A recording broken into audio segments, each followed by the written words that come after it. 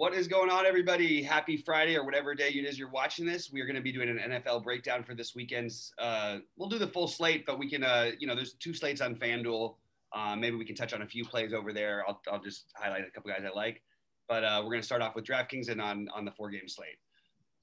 Sheets, any first thoughts before we jump on into it? So it looks like three quarterbacks stand out over the other 3, right? Over the other 5. Yeah. I mean, it looks like Mahomes and Allen and Lamar, right? Yep, that's what I've got.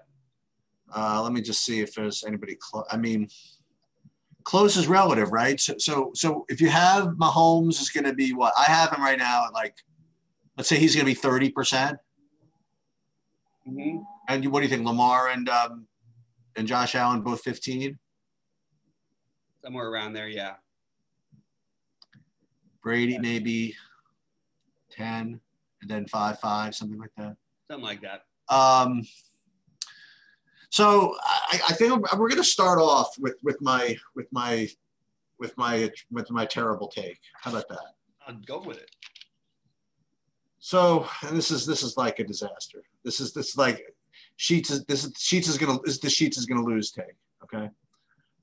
Sheets is probably fading KC. And I just like really dumb, but you know, if I just woke up in a out of a coma and I look back, I really don't. The only thing that I'm impressed with about Casey's offense is stuff that happened like more than 8 weeks ago. Interesting. There are just so many different games that they played where, and again, they might not have been motivated. They might have had other issues or whatever it is. But I mean, they played freaking Atlanta. They did nothing. Okay. They played that Denver game. They did literally nothing. Like even Mahomes, who like is supposed to get like 40 fantasy points a game, got 25. I mean, yeah. I mean, if you go back, I mean, he played in Tampa. He had a big game or whatever it is. And I just feel as though they've been kind of loafing through the season. And I don't know. I guess that's my take. I think these guys are just really expensive. And I'm probably not going to have as much of it. If I'm going to play it, the way I would going to play it is maybe like I'll play like Mahomes with one of the guys and run it back with like 2 Clevelands or something like that. Starting with guys like Donovan People-Jones or whatever it is, like somebody like that. What is he, the minimum? What is he right now? Yeah, he's literally 3K. Minimum. Okay. Like, are we sure? Like, I have to know he's going to play first. No, we're not. So that's like my initial take is that I'm more inclined to play other offenses than KC. That's my initial take. So if you're going to force me to choose between the 3 quarterbacks, Mahomes, Lamar, and Allen, I'm more inclined to go with the other ones. The other kind of take I have, by the way, is this is probably not going to be too unpopular take. I think the Green Bay Rams game could be ugly. I mean, ugly in that I think that the Rams defense is legit. I think that they're just no joke, and I feel as though it could be exactly the type of game the Rams need, right, to stay in this thing. And I think the Rams can win this game. I do. That's our other kind of overall slate look. What's your, what do they say? What's your 500,000 foot view of the slate? Yeah, so I'm not going to be as low on KC as you are. I will be lower on, other than Michael Thomas and picking one receiver from Tampa Bay. I'll be lower on the game than maybe the field. I think there's a lot of ways you could play this. I mean, if Watkins is healthy, I think that makes him interesting. If he's not playing, I think you could look at Hardman. And I think there are ways you can play it without just going the chalky Mahomes to Kelsey. And I agree with running it back with 2, but you could run it back with Higgins and Hunt, which is something that I've been doing a little bit of. Landry and Hunt, not going to be off the board, but it is. I believe that it's fairly good chalk in KC. I just don't see how they're not going to put up points here. And to be honest, I don't think that game is going to stay within 10 points. Yeah, I got you. I'm just going to come at the opposite. I think what's the over under there? whatever it is, I like the under. Yeah, I don't even mind the under too, but I think they just hammer Cleveland. Yeah, whatever it is, I like the under. And here's what I'm hearing. Here's what's only logical. You saw Big Ben like just go crazy on this team. You know, when they started to go, we started to pass the ball. What the hell is Mahomes going to do? And that seems to be the logic, right? Mm-hmm. But I have seen teams run the ball down freaking Casey's throat, and I just feel as though that's what Cleveland is going to do. And if Cleveland can come right out and just hold the ball for 8 minutes and have Chubb. How are they going to run down their throat though? Like, because they haven't been. If you know they're going to run and they're going to dare Baker to, I mean, maybe. I don't know. That's the. I think the game could be an under. I think it could be close, and like I said, hopefully there's NBA that day. That's going to be my take.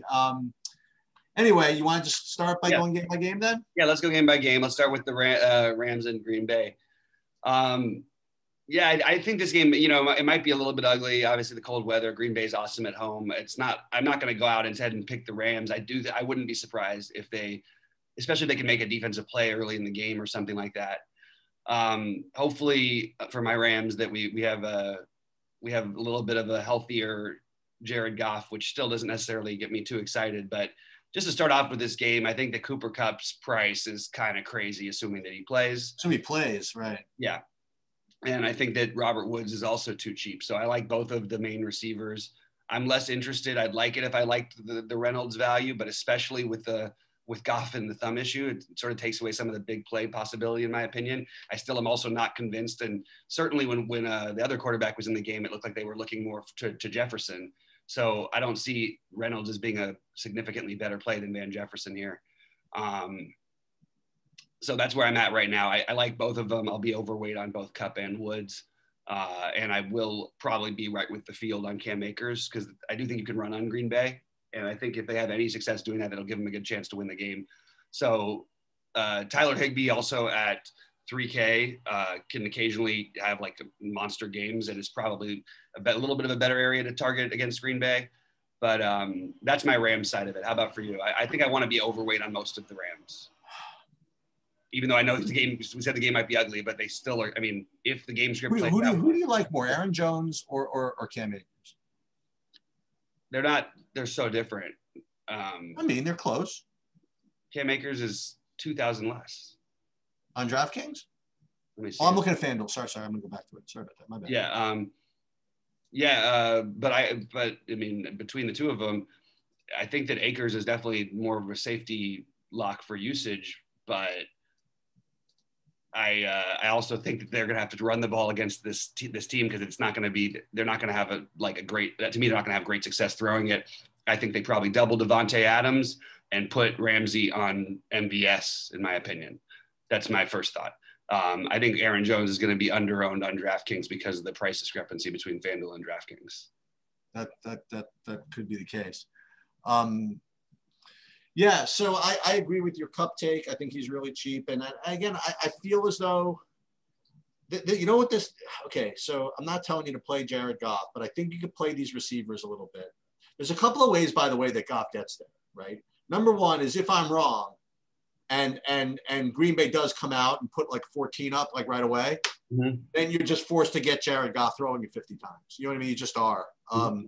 And that's all, as we saw last week, that's a good thing in fantasy, right? Yep. when you're forced to do that. The other thing is that, and this goes back, but back when Brett, speaking of Green Bay, back when Brett Favre was playing, there was a time where he was like injured and he was like doing really well while he was injured. And people were asking him, how are you doing so well? It's like, it's weird, man. When you're injured, you feel as though you don't want to try to do too much.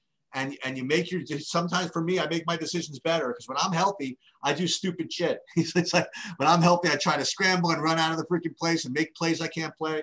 But when I'm hurt, sometimes I just kind of make the right decision. And I don't know, man. I think McVay, people thought he was really sharp, and I think it's kind of gone the opposite way this year. I think people are saying he's getting a lot of backlash. I still think he's the better coach. I think he's going to come up with something. I think they're going to get the ball in Woods' hands. I think they're going to get the ball in Kupp's hands if he's healthy. And I think both those receivers are in play here. so that's where I'm at. What do you think of the great, matchup doesn't matter argument here with Devontae Adams? It's a tough one for me because it's keeping the ownership a little bit lower than where Devontae would be on this slate. That and the expensive Chiefs. So I'm sort of stuck. I wanted to try and fade it. One thing I'll do is I'll play, like, I know it hasn't worked out, or actually it's not even that bad if you play Josh Allen with Cole Beasley or one of Davis or Brown, and maybe two of those three, or you throw Dawson Knox into the mix on what I think is a pretty good double tight end slate, actually. So these are just the cheap guys, but I do think that Andrews and Kelsey both stand out as being really good plays. With their receivers, my instinct would be to try and be underweight on Devontae. Just there's other ways to get those points. Of course, he could go off and break it. I'll have some shares of it, but I'll probably be below the field on him. And Lazard is going to get some love. And like I said, I think they will put what's his name on MVS, possibly at least for part of the game, and then have Devontae double teamed on the other side. But Devontae's going to line up out of the slot. He's going to line up enough positions where he could get away from some of this stuff. What I think is the most interesting way to go is that the Rams are the best pass defense. They're probably the best defense in football, but they're the best pass defense. So I like the Jones idea, but I also think that one thing you can do to get different on a good tight end slate is to play Robert Tonyan. I think that's awesome. I love that.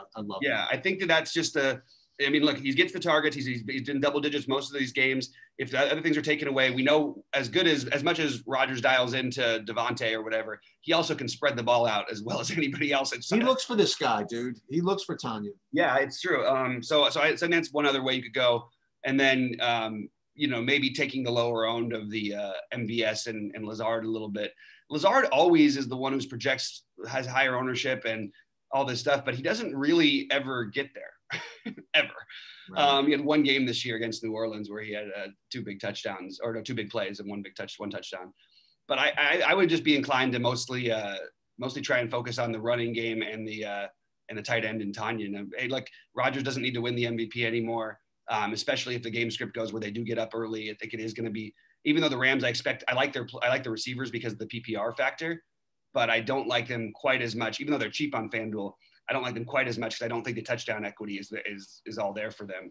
But I'm sort of more looking the running back tight end from Green Bay and the passing game from the Rams more than I am the other way around. Yeah. Okay.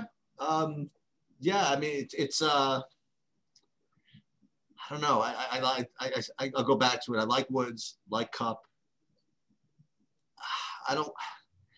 I guess I like Tonyan, but if you want to be really different, again, a 4-game slate, you have to be different, but you don't have to go completely ballistic. One thing that I think a lot of people are going to do if they play Tonyan is they're going to go double tight end. Maybe play Tonyan without one of the other tight ends. I don't think Tanyan's going to be owned enough to where it's going to matter that much. Okay. I think he's going to be less than 10% owned, which is pretty hard to find on these 4-game slates for a pretty active guy. So yeah, that's pretty much it for me for this game. I mean, obviously, I do like the Green Bay defense just because of the question marks about Goff. I'm guessing they're going to be a little bit lower owned because their price. And I like the Rams defense, who is going to be a little bit higher owned because their price. So that's where we're at. I heard today a stat, a blurb, whatever, that I just have to audit because I just can't believe this is the case. But there's like a chance it snows in Buffalo. Mm-hmm. And I've heard that Lamar Jackson has never played a game in the snow in his entire life. Including in his college career? Including his college career in Louisville. Surprises me a little bit. Yeah, so I got to look into that. I mean, honestly, to me, that would be a huge bump to Lamar, not a negative. However, and apparently there's some QB speak or something where he says, I really hope it doesn't snow because I've never played in the snow. The other thing I will throw in, again, just if you need any more nonsense to throw in, is that there was a game pretty recently where he was where I needed him, and he was slipping all over the place because he had his bad sneakers or something. Mm-hmm. It was like raining. Oh, it was in New England, right? Yeah. They're playing that. Remember that ridiculous game they played in New England? And it was raining bloody murder the whole game. And he couldn't even get a grip on his sneakers. He had to look to change sneakers or something like that. But I still really like him. Yeah, I think that all this stuff, I mean, I don't know, not the sneaker thing. I think it was just a bad pair of shoes, but I think that I think that like any snow, any sort of bad weather would make Lamar a better play, and honestly, a better play to play without a comeback, like without a receiver. Yeah. So my favorite play aside from him on Baltimore is obviously Andrews. You know, in a pretty loaded tight end slate for a 4-game slate, to say the least. Mm-hmm. I don't know if I'm going to get to the receivers. I think it's just, you know, Lamar is going to just kind of take over here. And I feel as though I don't need to play the running backs either for Baltimore. The interesting part of the slate is Buffalo, because if I'm going to keep it real, right? So you're going to have a 100% not 100%. You're going to have an extremely chalky Devin Singletary without Zach Moss in the game, right? Yeah. And the problem is that I've been talking smack for the last God knows how long, how I'm never playing Buffalo running backs because they have no touchdown equity. Because whenever they get down to inside the 10, it's either Josh Allen quarterback sneak, Josh Allen scrambling, or play action to a tight end you've never heard of. Okay. Absolutely. And so if Singletary is going to be enormously popular, I'm probably going to fade it just to stay on brand, so to speak. As far as sure projections go, it's kind of a rough fade at 4,500, considering he's going to get like a little every snap. I don't know. If you're not playing Lamar in a lineup, I do think that Gus Edwards is viable, and he's going to be unowned. Like him? Singletary stuff. Look, he's getting the same usage basally that Dobbins is getting. I think Dobbins is maybe better, but I think there's been some variance on Dobbins' side lately. He's 4,200. He got 12. What did he get? No, I don't know what he actually. I don't have his numbers from last week actually up in front of me, but I do like him. I do like him a little bit. I don't love it, and look, Dobbins at the same price. These guys are just going to be unowned. Which is the only reason I'm mentioning them. I don't really know how much of them I'm going to get to either, and I really like Lamar. I have him as my main quarterback, so okay. I'm not going to play these guys with him. But I do think that you can run the ball on Buffalo. I'm just giving the edge to Lamar over these guys. Dobbins and Edwards is interesting long shot tournament plays. Would you go back to, obviously Diggs is a strong play. Beasley's a strong play. Would you go back to the guy who burned everybody? Would you go back to John Brown? Absolutely. No problem with it. They tried him a couple times early. He also dropped a pass. I believe there was a pattern pass interference, another one. And I look, I'm going to take a shot on Gabriel Davis in some lineups at 0% ownership. Ooh. He looked really good in the first half last week. I think he had like 6 catches for 90 yards or 5 catches for 90 yards in the first half. Didn't really do anything. I don't think he did anything at all after. But at 4K to get way off the board, I think he's interesting. And Allen obviously seems to like him a little bit. He trusted him in some big third down spots. So I actually want to be overweight on the Buffalo side of the passing game. It's really hard at Diggs's price to not take him really seriously. The ownership though might be a little lessened because we have KC and we've got Devontae on the slate. So again, Diggs and Devontae both stood out to me as guys who I was going to try and be way under on. And now I'm sort of wondering if that's the right plan because the ownership projections don't have them where, not that I thought they'd be, but where they would normally be on a 4-game slate. It's just there's other big plays, and especially in the KC side of things, and then some of the Tampa receivers, along with the obvious, good chalk in Michael Thomas. So I would put Thomas ahead of Diggs actually still.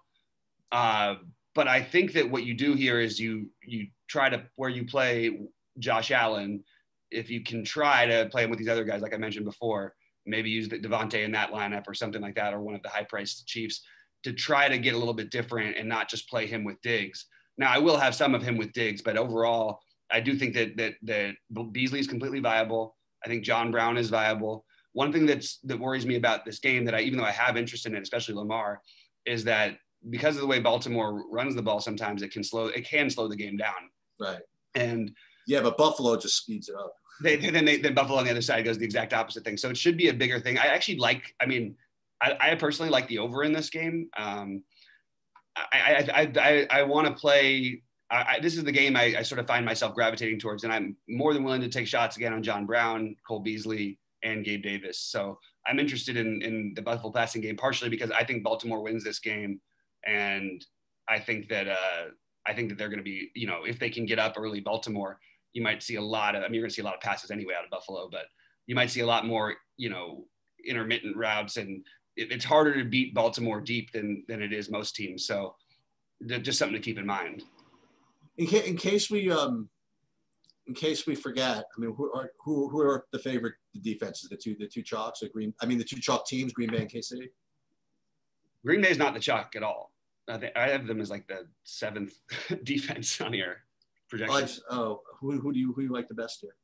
I like Green Bay. I like the Rams, and I like the Saints. Okay. I don't want to. Lamar doesn't throw the ball enough to have me give a ton of interest to take the Buffalo defense. Right. And Josh Allen, you know, he'll make mistakes here and there, and so the Ravens are a little bit more interesting to me than Buffalo. But you know, the defenses are obviously a little bit high variance. I do like this game, even if it was in the snow. Both quarterbacks just have such a high floor and ceiling. I'm not going to be, but like you said, I think I'm not going to play. I don't think I'm going to get to much of the Baltimore passing, the receiving side of it, except for Andrews. I do love Andrews, and we'll play him as my primary tight end this weekend. Right. Okay. Cleveland, KC. Yeah. So as I mentioned, I like Chubb. I like Kareem Hunt. I like the running game for Cleveland. And I'm not as big of a fan of paying the prices for the KC guys as others. That's just where I'm at. I mean, they're obviously all good plays, but they're all really expensive, and they're all going to be really, really high owned. And I'm just gonna, I'm just not going to do it. So that's it. Yeah, I'm interested to see how the game flow works out here. Kareem Hunt going back to his former team also. I like Hunt better just because I'm playing the game flow angle of it. Let's see, Hunt is 4,800 on DraftKings. I mean, that's pretty reasonable. And yep. It's going to be, I actually prefer him over Singletary. And I'm playing the game flow part of it. I do think that they're going to be playing from behind. I don't think that Baker is a bad idea in large field tournaments at all. That's interesting. They're going to have to throw the ball a ton. And then if we don't, depending on whether it's Peoples-Jones or Kadarius Hodge, I think if it's Hodge, I forgot it. Yeah, maybe it'll be him. If Peoples-Jones is in, I would prefer to play him. But I like Higgins and Landry both quite a bit because they're going to have to, just from a PPR standpoint, they're going to have to do some stuff. Yep. I think I prefer Landry, but Higgins is the one you get the savings on. And then I think Austin Hooper is another awesome tight end play. I really, really like Austin Hooper here. I like both tight ends in this game. It's a lot of tight ends this week, huh? Yeah, it does feel very double tight endy. I always this is where I usually double tight end and nobody's doing it, but this week I think other people are going to do it quite a bit. And I don't think that the thing that's different is I don't think that there's going to be any ownership on the KC passing game outside of Tyreek Hill and Travis Kelce. So if Sammy Watkins is in, he's in for me. 4,800, no problem. What do you think about Matt Hardman, even if Watkins is in? Not that much. He hasn't really had like a game all year. He had one against the Jets. But Hardman and Robinson are both in play if he's out. I would rather just Watkins be in and play him at 4,800. But if he's out, I would look at Hardman, and I would have to make a decision between Hardman, Robinson, and Pringle. And honestly, the answer is probably Hardman or Robinson, but I will take some shots on Pringle. If Watkins is out, that is. I like the other pieces. I'm going to try and get the other parts of this game because I don't want to just do the stacks the way everyone else does.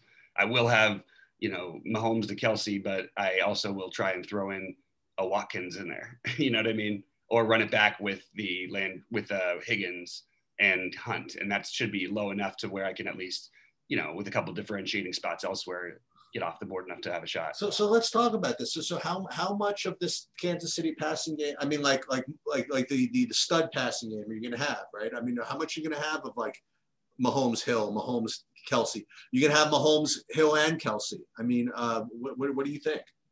I think I'd probably be more Mahomes, Kelce than Mahomes, Hill in this game. Okay. I don't know, actually. It's a really good matchup for both. but again, we like a lot of tight ends. So I like receivers also. Like, it's weird to me that Tyreek Hill is going to be more owned than the other guys, at least as of right now. That's what I've got him projected. Even if it's close, I love Tyreek Hill, his upside and everything. I just don't know that he's necessarily going to be. I don't know that he should be better than Devontae Adams and the cheaper 7,300 Stephon Diggs. So I don't know if we need to play him as much. Then again, he can put up 250 yards in a quarter and break a slate. Sure can. All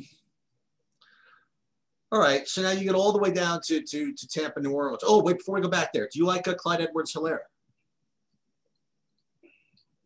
And he's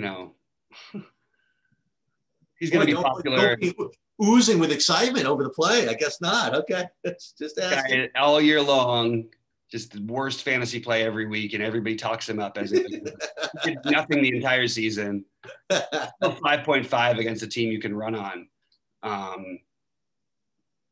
Yeah, he's in play for sure, but I don't want to be at the 35% that he's going to be owned or whatever it is. That's just me personally. Okay, who do we like more, Kamara or Thomas or both, or what do we like? Thomas. I think Thomas is the best receiver on the slate. Interesting. Overall, is he gonna be the most popular? Probably, right? Right there. I mean, it's hard, man. Look, it's hard to play all these guys. There's a lot of receivers out. There's a lot of receivers there. The guy who we might need to look at after last week is Deontay Harris. They were all over him last week. I don't know how many targets did he end up with. Let's see real quick. Yeah. He had seven catches for 83 yards. He's 3,500. He's on my list of the off, the cheap nonsense or whatever you want to call it. But they get him involved. Like he's got some real talent. So I think Michael Thomas is the preferred guy. I do have some interest in Deontay Harris, and the forgotten tight end on the slate is going to be Jared Cook. Maybe that's for good reason, maybe not. But I will just say he's going to be unowned and he's 4K. You like the Saints defense? I like the Saints defense. I think that the Saints defense smashes every week. Yeah, and I think that they have a chance to get to Brady and he can make mistakes here. This is a spot.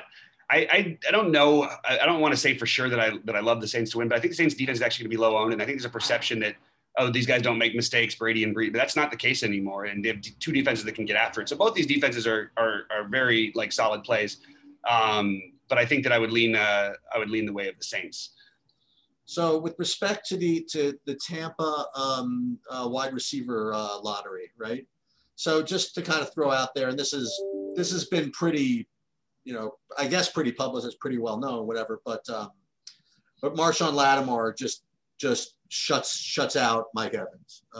Last 4 matchups, I think Mike Evans combined for 20 fantasy points in 4 games or something like that. Right. And Lattimore comes out and talks about it and yaps it up the whole time.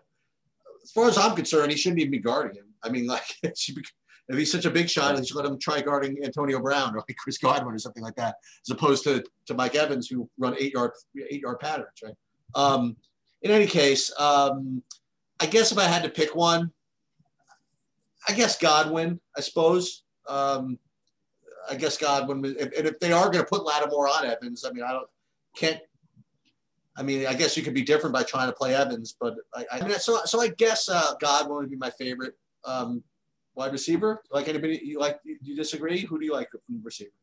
I like Brown the best, but I do agree that Godwin would be right there. I think there's a chance that you might see actually, because of Evans being a little bit banged up and whatnot, that Lattimore may end up matching up a little bit more with Godwin than we think.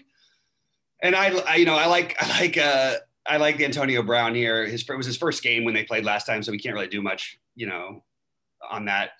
Another one of the forgotten tight ends that I'm gonna just try and ride through the playoffs a little bit as long as they're in there. I'm still gonna play. I'm not gonna play Brady, but I do think that, especially in a game where they're really gonna feel that they could feel some heat, I think that playing a little bit of Gronk makes some sense too. So Gronk and Brown will be my preferred guys over here. I do think I'll be well above the field on Antonio Brown, and I think I'll be above the field on Godwin as well. I won't be on Evans. but I think that just because of all these other receivers, they're just gonna be sort of left out and much lower owned than you'd want them to be. I'll tell you, man, they're going to be low owned, and I can tell you why, man. It's scary. It wasn't. Maybe it was a long time ago, but it doesn't seem so long ago where New Orleans went into Tampa and won like 100-0, right? Mm-hmm. What was that, week 7? I forget when it was, but they went into not that there's a lot of fans or anything, but they went in there and they blasted them. Yeah. They just totally blasted them. I think that was AB's first game there. And he's like, what the hell? What did I sign on for? They beat the hell out of him twice, actually. The first. I mean, this is look. You know, you hear about this speak in mostly in college basketball or whatever. It's how hard it is to beat a team like 3 times. So, yeah, I guess, but boy, that's rough. I mean, at some level, this matchup just might be kind of ugly for Tampa, which means that the Saints defense is pretty strong. Yeah. And again, they're both good run stopping defenses as well. So I'm lower on Kamara than the field for sure. Oh, that's cool. I'm looking for a nice pivot there. What do you think of Fournette? Well, it depends on whether Ronald Jones plays. So I need to know that before I make any decision. No, I would say, but let's say Ronald Jones is out. If Ronald Jones is out, I like Fournette. I actually prefer Fournette to Ronald Jones if Ronald Jones is in. I mean, well, obviously, but I would probably play Fournette. You'll play one of them if I don't know. Okay. The workload for Fournette should be like it's unbelievable if Jones is out. So I'd be interested in that. And I'm not gonna say I'll know Kamara, but I'll definitely be below the field. I don't think that it's a must play at 7,900. We got lots of good receivers to go with. He's had one good and one pretty bad game against this team. Even when they blew him out, I think he only had like 15 fantasy points, which for him is like obviously you're gonna need more than that for that price. I was going to suggest maybe a Lat Murray play here, but I think that with him he's questionable anyway. So I think I'm just going to ignore that. I was going to go in for another off the board thing, but yeah, but then these are the unknown tight ends on the slate. So you can take a shot with one of them. I think the main plays in this game are Thomas, one of Brown or Godwin. And then if there's no Ronald Jones, Fournette, and I'll be below the field on Kamara, even though it always makes me nervous for a guy who can put up $1 million. It does. But that's okay. You got to be a little bit uncomfortable sometimes if you want to win GPPs. Yep. All right. So I think that's pretty much what we got to look at. Highlighted plays. I guess I can just go through it real quick. I somehow wrote down Mark Andrews like 100 times. That's probably a sign that we shouldn't be playing him. Akers. I like the Jones as Aaron Jones as a running back. Tanyan, Hunt, Higgins, Kelsey, Landry, Mahomes, obviously Mahomes, Lamar, Allen, Michael Thomas being probably my highest owned player. I already said Landry and Antonio Brown. Yeah, again, I think that the Buffalo-Baltimore game is going to be this is again not going to be an overwhelmingly tough take, but I think the Baltimore-Buffalo game is going to be the highest scoring game on the slate by for me, a kind of a decent amount. You want to know the truth? I mean, I think the Green Bay game could get ugly in a good way. You know what I mean? I think it could be a nice close game. I feel that I just think the Cleveland game just goes under for the reasons I mentioned, and I think that every one of all these New Orleans games are just going to go under. They just all are. They control the ball, they control the clock, they control the game with their defense, and they just I don't know. That's just what I'm seeing. Yeah, I mean, and also with Breeze back, by the way, it's funny because it's. I know we could argue that it's better for like Kamara, but at the same time, they're going to run that Taysom Hill play down there. Yep. I actually think I might consider I think he's like near minimum cost on FanDuel. I might consider throwing Taysom Hill into like a lineup or two. Do you get him a tight end again or no? No, I think he's a running back. Really? That's pretty funny. Yeah, which actually I think that's accurate. That's what he should be. I mean, is he a running back? Actually, I shouldn't say that. I wonder what he's on Showdown over there. I don't think it doesn't matter on Showdown, right? Right, but I just wonder what his price is anyway. Oh, his prices. Yeah, that's a good question actually. Oh, you're not going to do the sheets I'm going to play every Showdown slate possible? I'm going to. Oh, you are? Oh, nice. Okay. Yeah, I'm playing everything. I'm playing both. I'm playing the both Saturday slates. Yep. I'm playing the 4-game slate on DraftKings. I'm playing the Sunday slate on playing both. If there's a Sunday slate on DraftKings, I'm playing that. and I'm playing all the shutdowns. Yeah, I mean, one thing is, so 4 rushes for Taysom Hill last week, 2 of them inside the 10, I believe. I have red zone, but I think it was inside the 10. I think that there's a good chance you could see even an uptick on that, and they've run that so much that it's enough of a reason to get off of a really chalky Kamara for me. That's just my sort of thoughts. Okay. All right, guys. Hey, for Sheets, to all you guys out there, we appreciate you watching. Remember to like and subscribe and tell your friends, and we will see you at the top of the leaderboards.